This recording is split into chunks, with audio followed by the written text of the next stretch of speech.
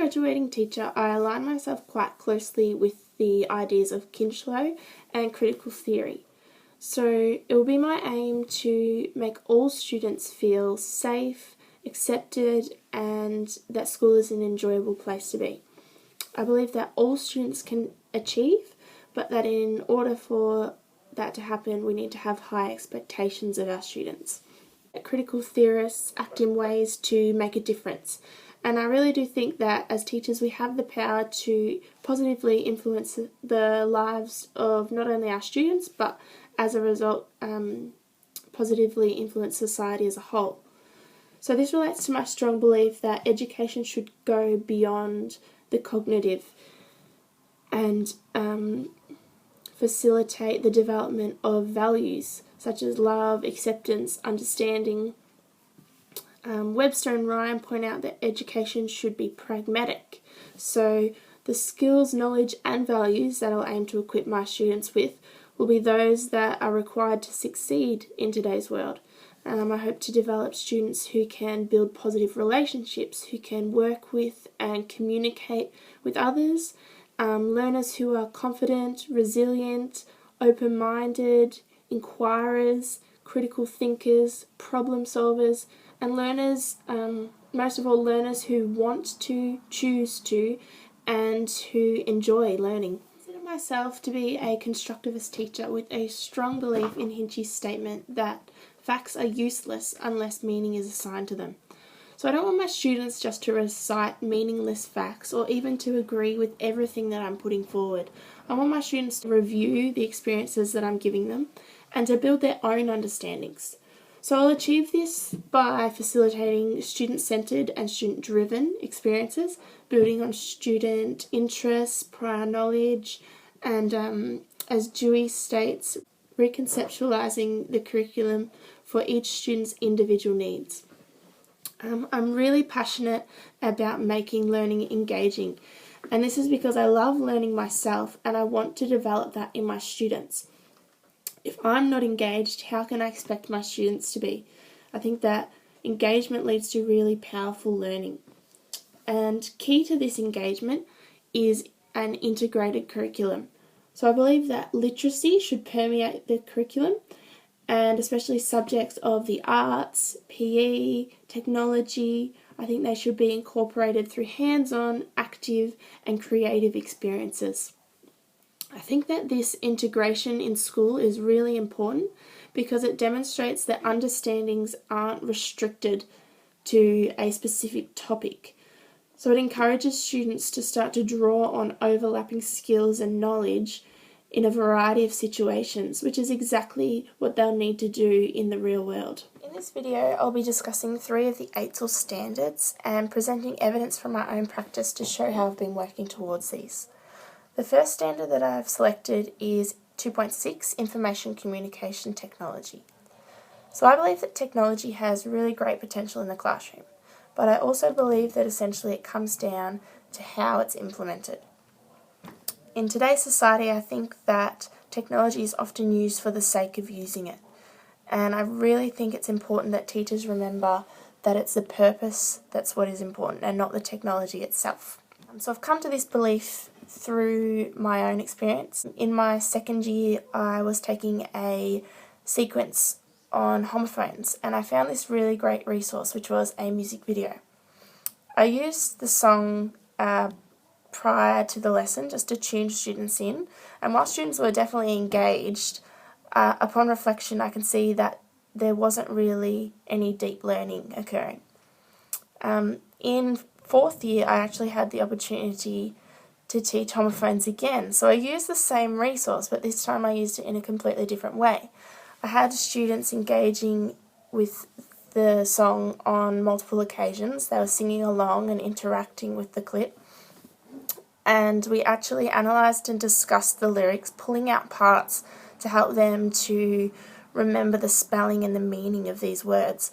So from this experience, it really shows that it comes down to how the technology is used that determines whether it will be beneficial to learning. So to extend on this idea of purposefully using technology, The CMR model, which was designed by Dr. Pentadura, suggests that technology should go beyond just substituting the traditional, and it should actually redefine learning. So after attending a professional development workshop on movie making, I put these skills into practice on my placement with my 1-2s in discovery learning. So our focus was on community and had a group of students who'd been exploring the roles of firefighters in the community. I guided these students to think about how they could present their findings by using iMovie, and the students decided to develop a narrative in the form of a news report, or a fire report as they called it. So here students were not only engaged and working collaboratively, but learning was redefined in that the presentation of their learning went beyond the traditional.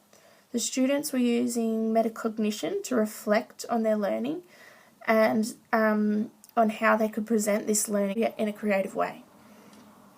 So this experience and my passion for incorporating technology across the curriculum really links to my philosophy, where I stated that learning should equip students with the knowledge and skills to succeed in the 21st century.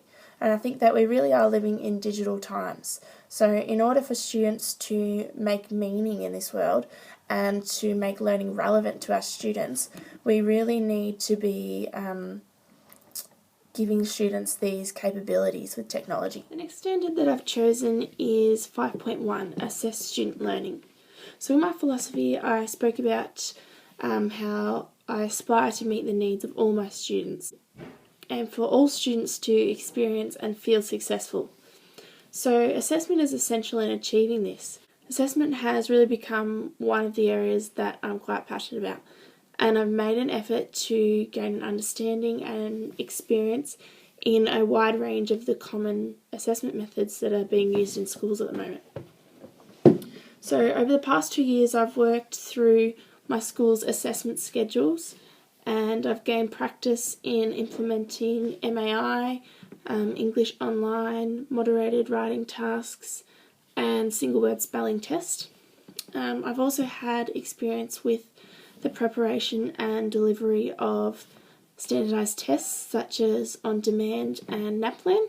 I have quite a lot of experience with Fontes and Penal and also PM Benchmark, learning not only how to use these assessment methods but what to do with the resulting data. So an instance of this was I assessed one student using Fontes and Penal, and I gained his instructional, independent and hard levels. I used these levels along with my observations to determine this student's reading group and also his individual reading goal.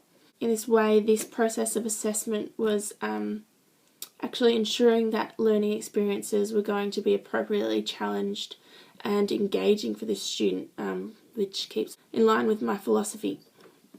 So as this student progressed through the Fontes and Penal levels, his decoding skills actually remained strong. He could eventually read every word in that book, but it was taking him a lot longer to do that. So as his rate of reading decreased, it actually resulted in broken fluency and also a lack of understanding when questioned about the text. So therefore, the student's initial goal that I developed was to back up and reread, so to ensure fluent reading, and then in this way his comprehension skills were also developed. Obviously, assessment doesn't occur in isolated instances. It should always be directly linked to teaching and learning. So in addition to gaining experience with these individual assessment strategies, I've focused on implementing ongoing assessment throughout my own teaching. An example of this was in a maths sequence on length using formal units. I scaffolded a diagnostic assessment to identify any students with common misconceptions, particularly those that are identified by the department, such as difficulties with zeroing and difficulties with multiple measures. So I used this initial data to direct my teaching, as well as taking anecdotal cross-check notes throughout the sequence. At the end of the unit, I used the same assessment task to directly measure growth and evaluate teaching and learning. final standard that I've chosen is 7.3, engage with parents and carers. I made particular effort on my last round to take every opportunity to engage with students, families and the broader community. I did this every morning by making an effort to try and chat with the parents that came in about their children, what we'd been learning, and about themselves, so trying to build up those positive relationships. I also did this by attending several school events such as school sports days, athletics, winter sports, a parents and friends biggest morning tea where I was a helper.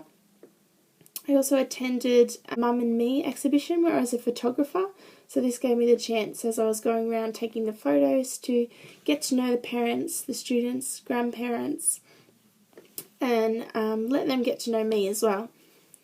I also planned a technology hour with the students where we actually invited the parents and grandparents to come in, and the students had the chance to learn with their parents and grandparents and also to teach their grandparents some of the things that they'd already been learning. I also took a few music lessons on placement, so and then planned a performance for the school assembly. So I sent home an invitation in the newsletter inviting the parents to come along, and not only have these experiences been really enjoyable, but I think that they'll prove to be really beneficial later in my career, because teaching and learning is a collaborative process. I think that establishing these positive relationships, communicating and actually working with parents and carers is essential in allowing teachers to best meet the needs of their students. So by starting this early, I think that it will make any issues or more serious subjects that are bound to come up in the future a lot easier to handle.